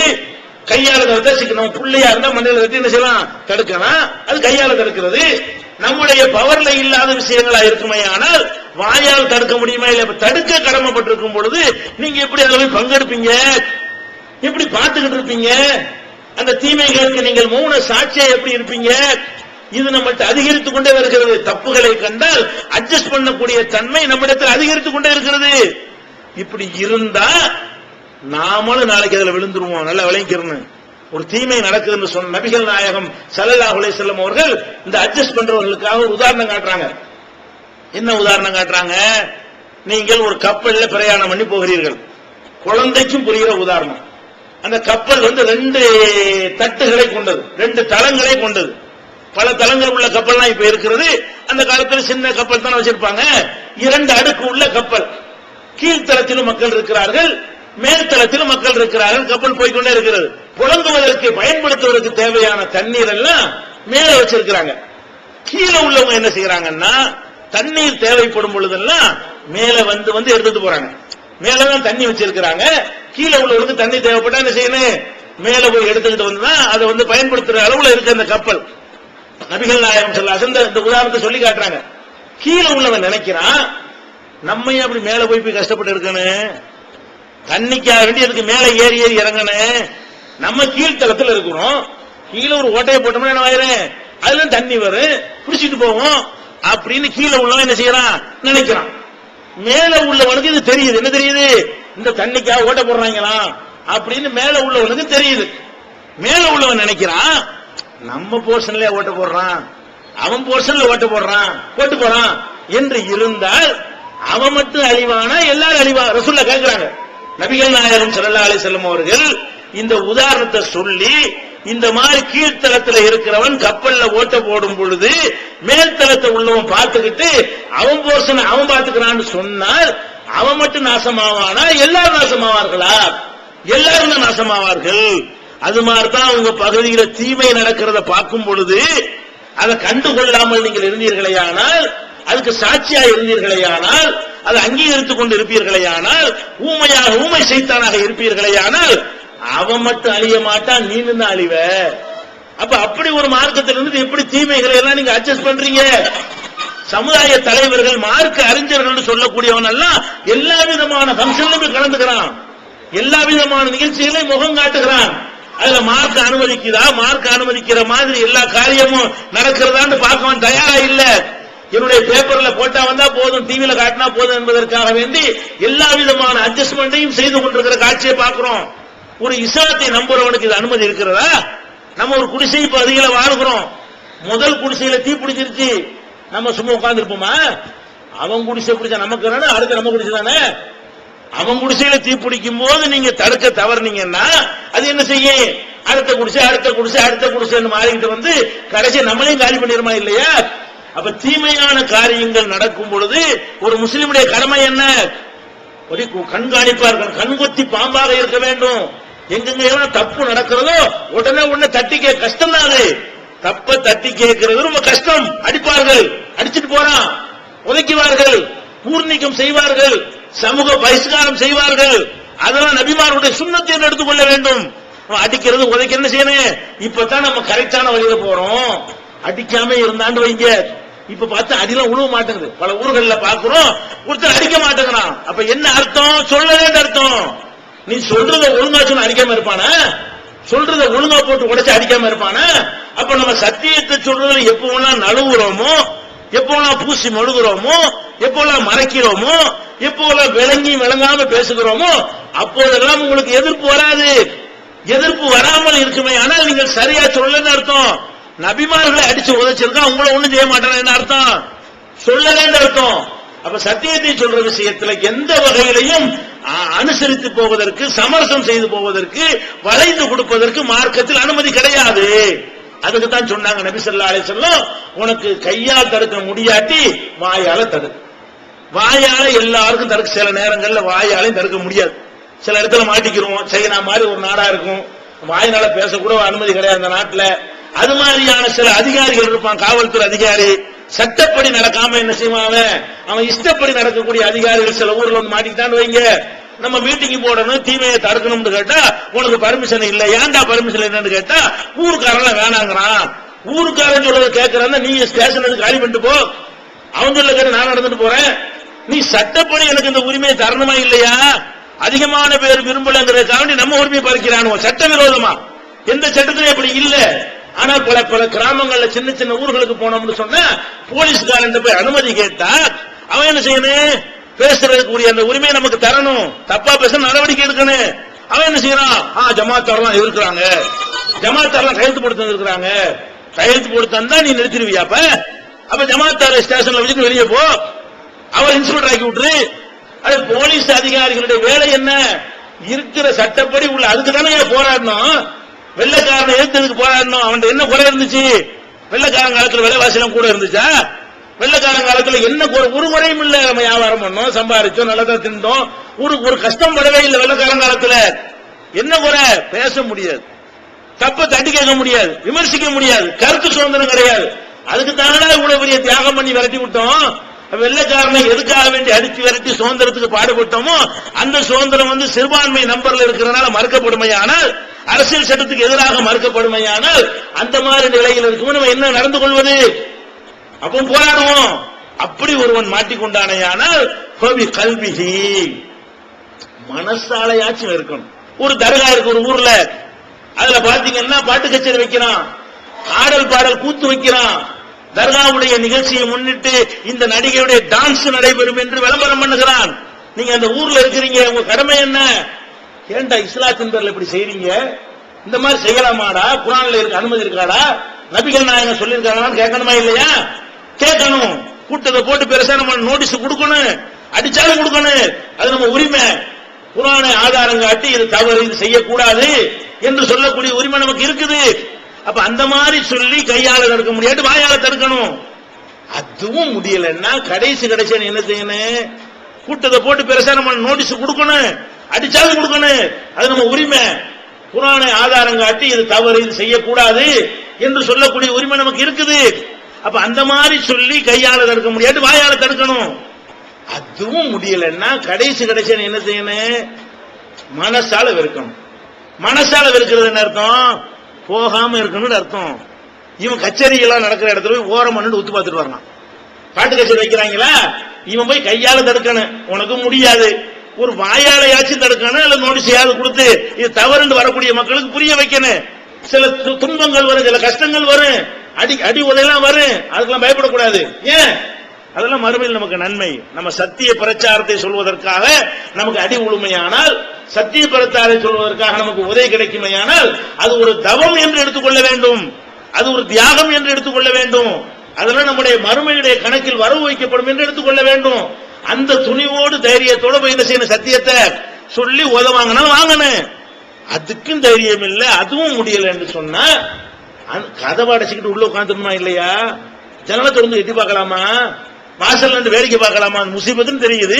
நம்மளே எத்தனை பேர் என்ன செய்யறோம்? வாசல்ல வீட்டுல இருந்துகிட்ட ஒரு அனாச்சாரமான ஊர்வலம் போனா ஜன்னல் வழியை எட்டி பார்க்கறது, போய் பின்னாடி போய் கடைசியில இருந்து வேடிக்கை பார்க்கறது. எதை? இந்த ஆடல் பாடு கூத்தல் டான்ஸ் கூத்தல் மார்க்கத்தில் இல்லாதானே நீ அதை போய் பாக்குற. மனசால வெறுக்கிறதுன்னு போய் பார்க்க மனசு வருமா? இதே வரதட்சணை கல்யாணத்தை போய் தடுக்க முடிஞ்சா தரு. மனசால வெறுத்தா என்ன செய்யணும்? திங்காம இருக்கணுமா இல்லையா? போகாம இருக்கணுமா இல்லையா? அந்த சபைக்கு போக இதை சொல்லிட்டு நபிகள் நாயகம் ஸல்லல்லாஹு அலைஹி சொல்றாங்க, வதாலிக அஃபுல் ஈமான். ஈமான்ல கடைசி தரம் இதுதான். இது மனசால கூட நீ வெறுக்கல என்று சொன்னா ஈமான் இல்ல, நீ முஸ்லிம் இல்லன்ட்டாங்க. மனசால கூட உனக்கு வெறுக்க முடியும், தப்புன்னு தெரிகிறது, அத மனசால கூட உனக்கு வெறுக்க முடியல என்று சொன்னா ஒரு கடுகளவு ஈமானும் அதற்கு பிறகு கிடையாது. அப்ப கடைசி தரக என்னது? மனசால் வெறுத்து விட வேண்டும். அப்ப தீமையான காரியங்களை கண்டால் கையை கொண்டு தடுக்க பாருங்க, இல்லன்னா வாயால் தடுக்க பாருங்க, இல்லன்னா அதை விட்டு கம்ப்ளீட்டா முழுமையாக ஒதுங்கி இருந்து கொள்ளுங்கள் சொல்லக்கூடிய ஒரு மார்க்கத்துல நம்ம எல்லாத்திலையும் அட்ஜஸ்ட் பண்ணக்கூடிய காட்சியை பார்க்கிறோம், எல்லாத்திலையும் வளைஞ்சு கொடுக்கக்கூடிய காட்சியை பார்க்கிறோம். உருட்டல் மிரட்டல்லாம் உங்களுக்கு வரும். இந்த சத்தியத்தை எடுத்து சொல்லக்கூடிய நேரத்துல பலவிதமான உருட்டல்கள்லாம் வரும். இது யாரு வரல, யாருக்கு வரல? என்ன எல்லா இறை தூதர்களும் வந்ததுதான். அல்லாஹ் அதுக்கு தான் நபிமாருடைய வரலாறுகளை நமக்கு சொல்லி காட்டுகிறான். அப்ப இந்த மாதிரி உறுதியாக நம்ம இருக்க வேண்டும். இன்னும் சொல்ல போனால் அல்லாஹ் ஒரு கணக்கு வச்சிருக்கான். என்ன கணக்கு தெரியுமா? நீங்க ஒரு தவறான காரியம் நடக்கும் பொழுது அதை தடுக்காம வேடிக்கை பார்த்துக்கிட்டு இருக்கிறேன் வைங்க, நீங்களும் அதை செஞ்சியே நல்லா கணக்கு எழுதிடுவோம். எப்படி எழுதிடுமா? ஒரு தப்பு நடக்கிறது, ஒருத்தன் தடுக்கிறான், இன்னொருத்தன் செய்யறான், நடுவுல ஒருத்தன் உட்கார்ந்து என்ன செய்யறான், நம்ம இங்கிட்டு போக வேணாம், நம்ம அங்கிட்டு போக வேணாம், நம்ம இதுலயும் சேர வேணாம், அதுல இப்படி இருக்கான ஒரு கூட்டம் இருக்கான்ல, அந்த மாதிரி ஒருத்தர் இருக்கான்னு வைங்க. இதுல அல்லாஹ் எப்படி இதை எடுத்துக்கொள்வான் என்று கேட்டால் ஒரு சம்பவத்தை அல்லாஹ் சொல்லி காட்டுவான். என்ன சொல்லி காட்டுறான்னா, முந்தைய சமுதாயத்துல சனிக்கிழமை என்று மீன் பிடிக்க கூடாது. மீனவர்கள் கடலோரத்தில் வாழ்ந்த ஒரு சமுதாயத்திற்கு அல்லாஹ் என்ன உத்தரவு போடுறான், சனிக்கிழமை நீங்க மீன் பிடிக்க போவாதீங்க. அன்றைக்கு வழிபாட்டுக்கு ஒதுக்கிருங்க, ஓய்வு நாள். சனிக்கிழமை அவங்களுக்கு ஓய்வு நாள், ஞாயிற்றுக்கிழமை கிறிஸ்தவர்களுக்கு ஓய்வு நாள் இருக்கு இல்லையா, அந்த மாதிரி சனிக்கிழமை ஓய்வு நாளாக யூத சமுதாயத்துக்கு கொடுக்கப்பட்டிருந்துச்சு. அவன் என்ன செய்யறான்னு கேட்டா, சனிக்கிழமை அன்னைக்கு நீங்க மீனவர்களா வேற இருந்தாங்க, அவங்களுடைய தொழிலை மீன் பிடிக்கிறது தான். அப்ப அல்லாஹ் என்ன கட்டளை போட்ட அந்த சமுதாயத்துக்கு, நீங்க சனிக்கிழமை அன்றைக்கு மீன் பிடிக்க போகக்கூடாது, உங்களுடைய தொழிலுக்கு போகாம முழு ஓய்வுல இருக்க வேண்டும், இறை வழிபாட்டில் இருக்க வேண்டும் சொன்னான். சொன்ன உடனே கொஞ்ச நாள் கடைபிடிச்சாங்க. அப்புறம் பார்த்தா சனிக்கிழமைக்கு தான் நிறைய மீன் வருது. எங்க கடலுக்கு அல்ல சோதனைக்க வேண்டிய சனிக்கிழமை பாக்குறாங்களா, அப்படி மேல நின்று மீன்கள்லாம் நடனம் ஆடுகிறது. அதை பார்த்தோன்னு எங்களுக்கு தாங்க முடியல, என்னடா இது மற்ற நாளை விட ஜாஸ்தியா இருக்க மீன், நம்ம எப்படியாவது என்ன செய்வோம், சனிக்கிழமை மீன் பிடிக்கணுமே யோசனை பண்ணி அவங்க என்ன செய்யறாங்க, அதிகமா கிடைக்குதுங்கிறதுக்காக வேண்டி கட்டளை மீறாங்க. மீறும் பொழுது அந்த சமுதாயம் 3 துண்டா பிரிக்கிறது. ஒருத்தன் மீறான், இன்னொருத்தன் என்ன செய்யறான்னு கேட்டா, ஏன்டா இப்படிலாம் செய்யறீங்க, அல்லாஹ் தடுத்திருக்கான்லடா, எதுக்கு இப்படி பேராசை கொள்றீங்க, அல்லாஹ் தடுத்து 6 நாள் பிடிக்கலாம்ல, ஒரு நாள் தானே இறைவனுக்காக தியாகம் பண்றீங்க, மற்ற நாள்ல பிடிச்சிட்டு போகலாம்னு சொல்லி தடுக்கிறாங்க. நடுவுல ஒருத்தவங்க வந்துட்டு இந்த மாதிரி நிறைய இருக்காங்க நம்ம சமுதாயத்துல, நடுநிலையாளர்கள் இவங்களுக்கு பேரு. இவன் என்ன செய்வான், நடுவுல உட்காந்துக்கிட்டு அவன்கிட்ட போய் அறிவுரை சொல்றதுக்கு பதிலா நம்மள்ட்ட சொல்லுவான், எப்படி அவன் பிடிச்சா பிடிச்ச உனக்குன்னு, அவன் பிடிச்சா அவன் நல்லா பாத்துக்கிடுவான், அவன் தப்பு செஞ்சு அவன் வேலை, நீ ஏன்ட போய் தேவையில்லாம அப்படி ஒரு அறிவுரை சொல்றாங்க இல்லையா.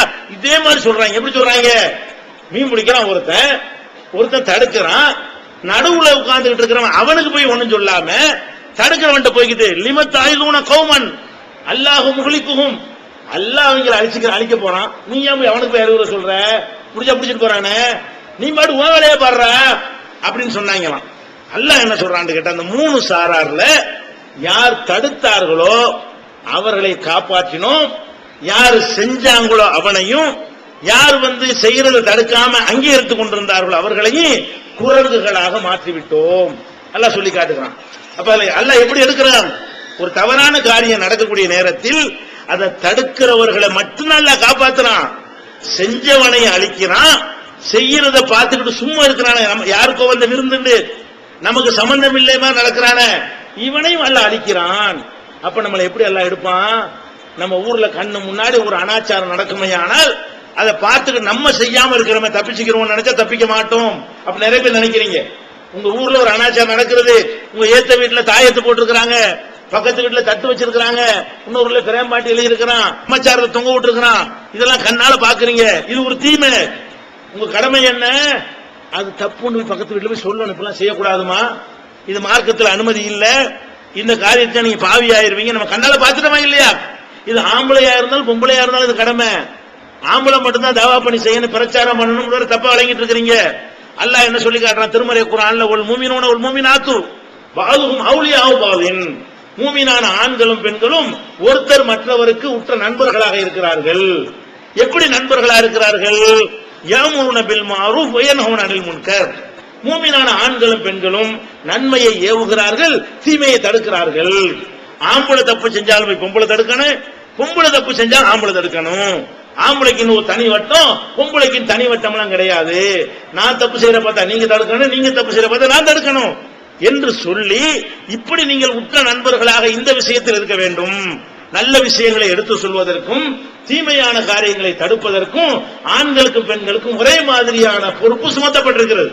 அப்ப அந்த மாதிரி உங்க வீடுகள்ல, உங்க தெருக்கள்ல, உங்க அக்கம் பக்கத்து வீடுகள்ல உங்களுக்கு தெரிஞ்சவர்கள்ட்ட எத்தனையோ மார்க்க முரணான காட்சிகளை பாக்குறீங்க. இறைவன் அல்லாத உங்களுக்கு நேர்ச்சி செஞ்சு ஆட இருப்பான், உங்களுக்கு தெரியும். நான் வாங்காம இருப்பேன்னு ஒதுங்கிட கூடாது, போய் சொல்லணும். அல்லாவுக்கு மட்டும்தான் நேர்ச்சி செய்யணும், செத்து போன ஆளுக்கு நேர்ச்சி செய்யாத, தாயத்து போடாத, தட்டு போடாத, பேய் பிசாசு நம்பாத, பில்லி சுனியை ஏமாந்து போவாத என்று எதெல்லாம் உங்களுக்கு தப்பாக தெரிகிறதோ அதையெல்லாம் ஆண்கள் சொல்வது போலவே பெண்களாகிய உங்களுக்கு என்ன இருக்கிறது, எடுத்து சொல்லக்கூடிய கடமை இருக்கிறது. இப்படி சொல்ல தவறினால் நம்ம எந்த லிஸ்ட்ல போயிருவோம்? செஞ்சாங்கல்ல அந்த லிஸ்ட்ல போயிருவோம். யாருல சேர மாட்டோம்? நாங்க தான் ஒதுங்கி நடுவுல இருந்தோமே. நடுவே கிடையாது இஸ்லாத்துல. ஒன்னு இப்படி எப்படி எஸ் நோ தான் இஸ்லாம். இஸ்லாத்தை பொறுத்து என்னது? எஸ் நோ இருக்கா உண்டு இல்ல இவ்வளவுதான் இஸ்லாத்துல. ஒன்னு இருந்தா இதுல இரு, இதுல இல்லன்னு அதுலதான் இருக்கிற. நீ எப்ப ஒன்னால ஏகத்துவ கொள்கை இருக்க முடியலையோ நீ நடுநிலை வேஷம் போட்டாலும் சரி நீ எதிராகத்தான் இருக்கிறாய். அதை ஒழிப்பதற்கு தான் நீ நிற்கிறாய். நாங்க நினைத்து தீமையை எதிர்த்து நாங்கள் அடி வாங்கிக்கிட்டு இருக்கிறோம். எங்களுக்கு சப்போர்ட்டா வந்து நிக்காம நீ என்ன பண்ற? அவங்களுக்கு முட்டு கொடுப்பாயானால் நீனும் அவர்களை சேர்ந்தவன் தான் அல்லாஹ் எடுத்துக் கொள்கிறான். அப்ப இந்த சனிக்கிழமை மீன் பிடித்தவர்களை எப்படி அல்லாஹ் மூணாக பிரித்து அதுல வந்து செஞ்சவங்களையும் தடுக்க தவறியவர்களையும் அழித்தானோ அந்த மாதிரி நம்மளை அழித்து விடக் கூடாது என்று நம்ம என்ன செய்யணும்? பயப்பட வேண்டும். ஒரு சபையில் நம்ம அமர்ந்திருக்கிறோம். அல்லாஹ் சொல்லி காட்டுகிறான், அன்இதா சமயத்தும் ஆயாத் இல்லாஹி யுஸ்தஹ்ஸு பிஹா வ யுக்ஃபர். ஒரு சபையில் நீங்கள் அமர்ந்திருக்கிறீர்கள். அந்த சபையில அல்லாஹ்வுடைய வசனங்கள் வந்து மறுக்கப்படுகிறது. அந்த சபையில அல்லாஹ்வுடைய வசனங்கள் வந்து கேலி செய்யப்படுகிறது. அப்படி ஒரு சபையில் நீங்கள் இருக்க கண்டால் ஃபலா தகூதும் ஆகும்.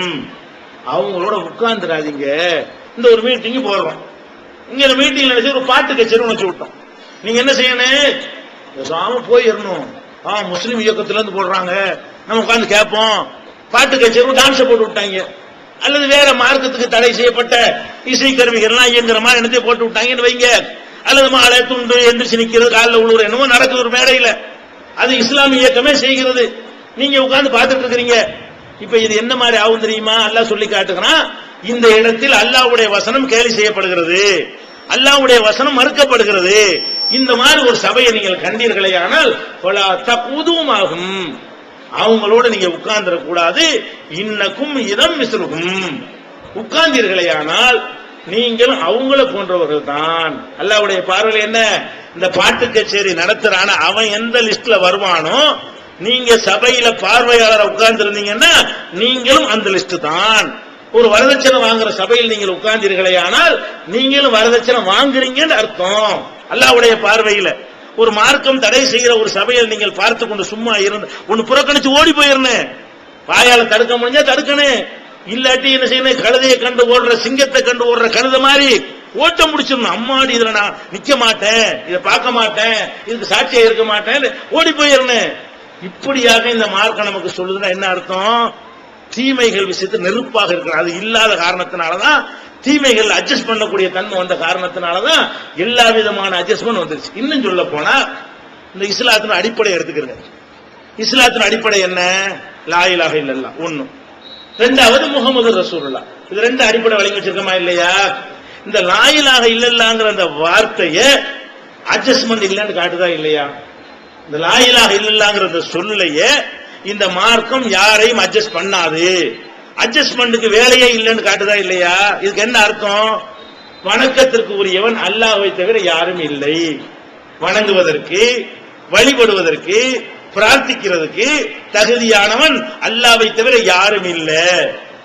உலகத்துல எந்த ஒரு மதத்தினுடைய எந்த ஒரு இயக்கத்தினுடைய கொள்கையும் இப்படி இருக்காது. பாசிட்டிவா தான் எல்லா கொள்கையும் வச்சிருப்பாங்க. நமக்கு மட்டும்தான் நெகட்டிவா இருக்க கொள்கை.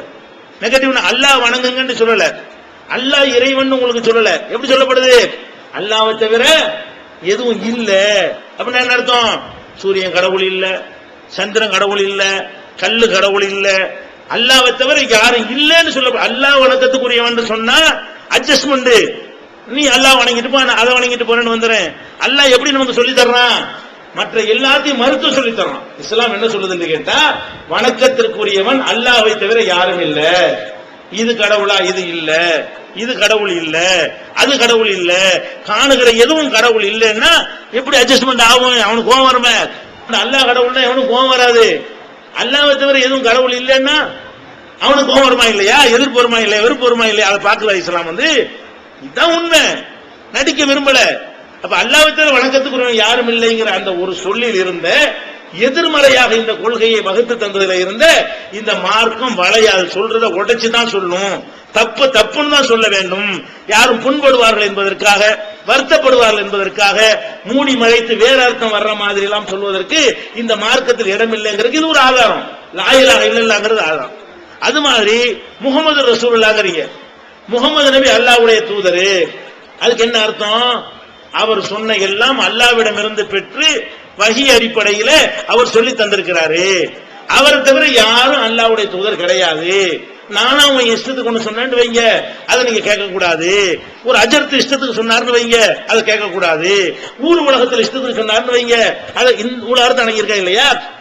எனக்கு பிறகு உண்டாக்கப்பட்ட காரியங்களை நீங்கள் செஞ்சிடாதீங்க, செஞ்சா நரகத்துக்கு போயிருவீங்க.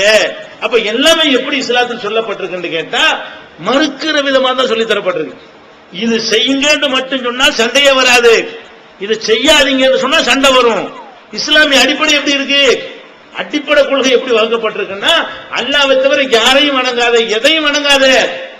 அப்ப அந்த மாதிரியான ஒரு பேசிக்ல தான் இந்த மார்க்கம் உருவாக்கப்பட்டிருக்கு விளங்கி கொண்டீர்களே. ஆனால் மார்க்கத்தில் அட்ஜஸ்ட் பண்ணக்கூடிய தன்மை நம்முடைய உள்ளத்தில் எடுபட்டு போய்விடும். என்ன உள்ளதோ அல்லாஹ் திருமறையில கட்டளை இடுகிறான், உனக்கு கட்டளையிடப்பட்டதை போட்டு உடைத்து விடு.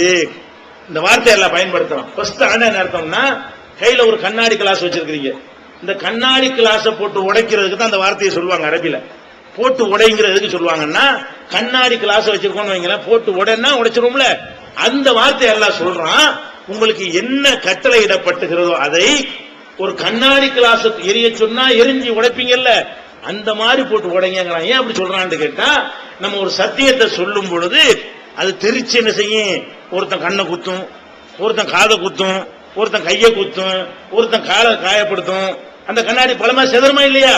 அதெல்லாம் நீ பார்க்க கூடாது. சத்தியத்தை போட்டு உடைக்கும் பொழுது கண்டிப்பா பலர் பாதிக்கப்படுவார்கள். இஸ்லாம் சொல்லக்கூடிய இந்த கொள்கையை கரெக்டா சொன்னால் பாதிக்கப்படுவார்களா படமாட்டார்களா? நீங்க இந்த மார்க்கத்தை போய் சொன்னீங்கன்னு வைங்க, வட்டி தொழில் நடத்துறவனுக்கு கோவம் வருமா வராதா? ஏன்? வட்டி நமக்கு கிடையாது, சில இடத்துல கிடையாது. கடன் தான் கொடுக்க வேண்டும், கொடுத்த கடனை தான் வாங்கி கொள்ள வேண்டும், அதுக்கு மேல எதுவும் வாங்கக்கூடாது. அப்ப இதை பத்தி நீங்க மக்கள்கிட்ட போய் சொன்னீங்க என்று சொன்னா அது யாரை காயப்படுத்தும்?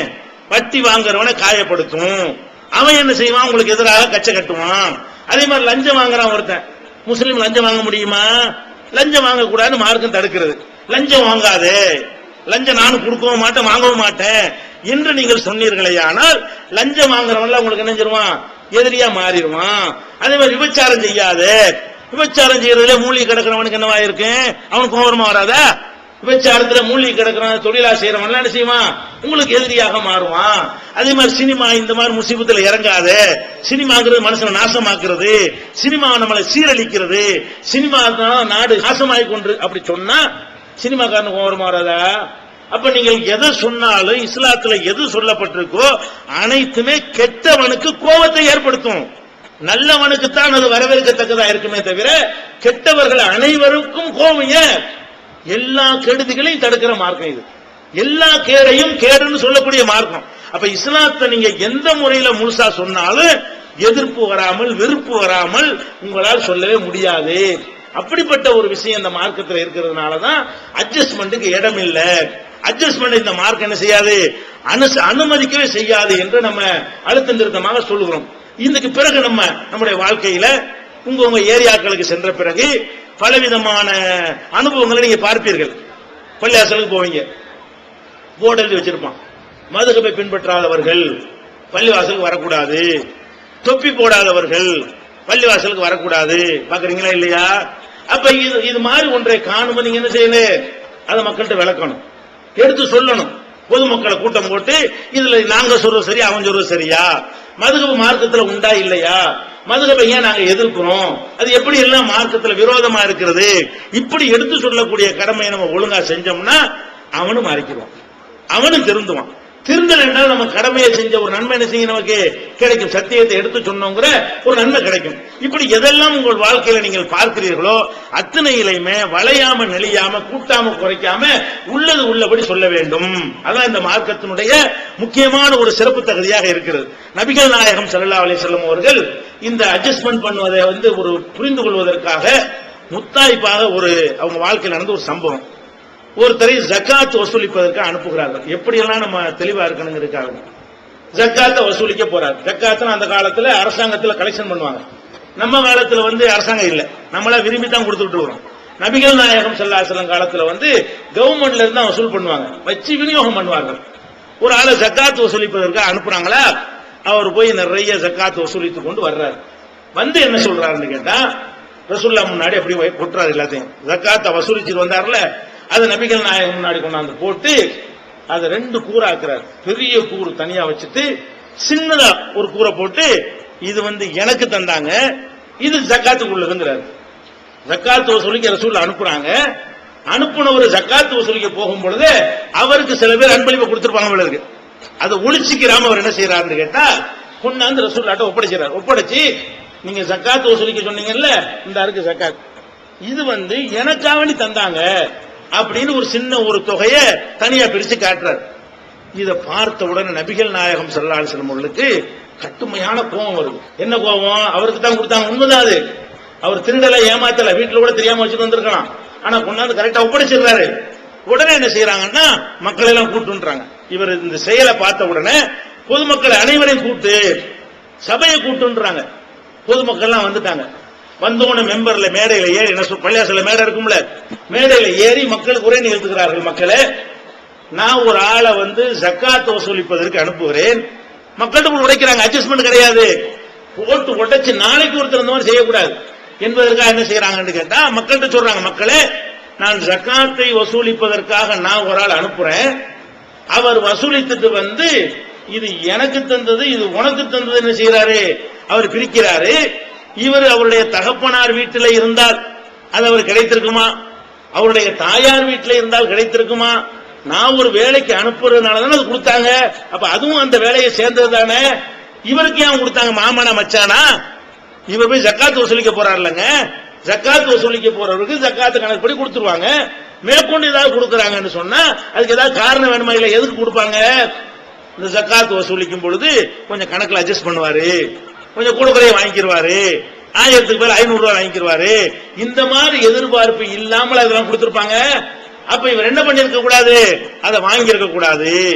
எனக்கு உனக்குன்னு பிரித்தார்களே, ஆனால் எனக்கெல்லாம் நீ தர தேவையில்லை, நீ ஜக்காத்தை மட்டும் கொடு, வசூலிக்க வந்தது மட்டும் கொடுன்னு கேட்டிருக்கணும். இவர் என்ன பண்றாரு? நாம ஒரு வேலைக்கு அனுப்புறோம், அங்க போய் வசூல் பண்ணிட்டு இது எனக்கு தந்ததுங்கிறாரு. ஹல்லா ஜலஸ ஃபீ பைத்தி அபீஹி, அவர் தகப்பனார் வீட்டில் போய் இருந்து பார்க்கட்டும்.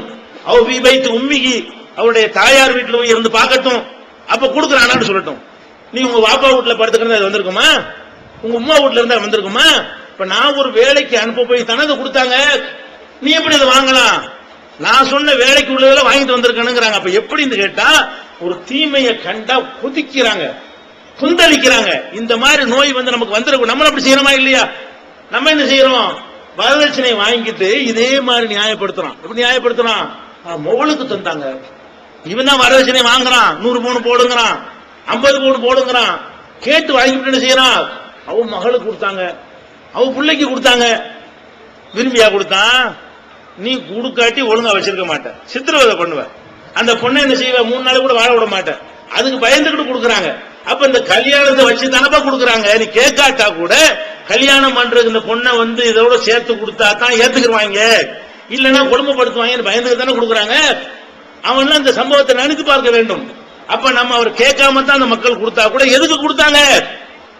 இந்த மாதிரியாக தீமைகளை கண்டவுடனே பொங்கி எழக்கூடியவர்களாக நம்முடைய தன்மை மாற வேண்டும். அடிப்படையான ஒரு முத்தாய்ப்பான ஒரு விஷயத்தை நீங்கள் மனதில் வைத்துக் கொள்ள வேண்டும். நபிகள் நாயகம் ஸல்லல்லாஹு அலைஹி வஸல்லம் அவர்கள் அல்லாஹ்வுடைய தூதர்ங்கிற முறையில் அல்லாஹ்ட்ட வஹி பெற்று தான் எல்லாத்தையும் சொல்லுகிறார்கள். சில விஷயங்களை அல்லாஹ்வுடைய வஹி இல்லாம அவங்களா சொல்லிட்டா கூட அல்லாஹ் ஒத்துக்கிற மாட்டாங்க. நம்ம என்ன செய்யறோம்? நம்ம இஷ்டத்துக்கு மார்க்கத்தை வளையலாம்னு நினைக்கிறோம். மனைவிமார்களோட ஒரு சண்டை, நபிகள் நாயகம் ஸல்லல்லாஹு அலைஹி வஸல்லம் அவர்களுக்கு மனைவிமார்களோட சண்டை வருது. அந்த சண்டையில் என்ன பண்றாங்கன்னு கேட்டா, நான் இனிமே தேன் சாப்பிட மாட்டேன், தேன் எனக்கு ஹராம், தேனை சாப்பிட மாட்டேன்னு முடிவு பண்ணிடுறாங்க. ஆனா மார்க்கத்துல தேன் சாப்பிடலாம். அல்லாஹ் தேனை பத்தி என்ன சொல்றான்? அது நோய் நிவாரணம், அது மக்களுக்கு நல்லது, பயன் இருக்கிறது, ஃபீஹி ஷிஃபாஉல் லின்னாஸ், அது மனித குலத்துக்கு நோய் நிவாரணம் இருக்குது அல்லாஹ் பாராட்டி சொல்றான்.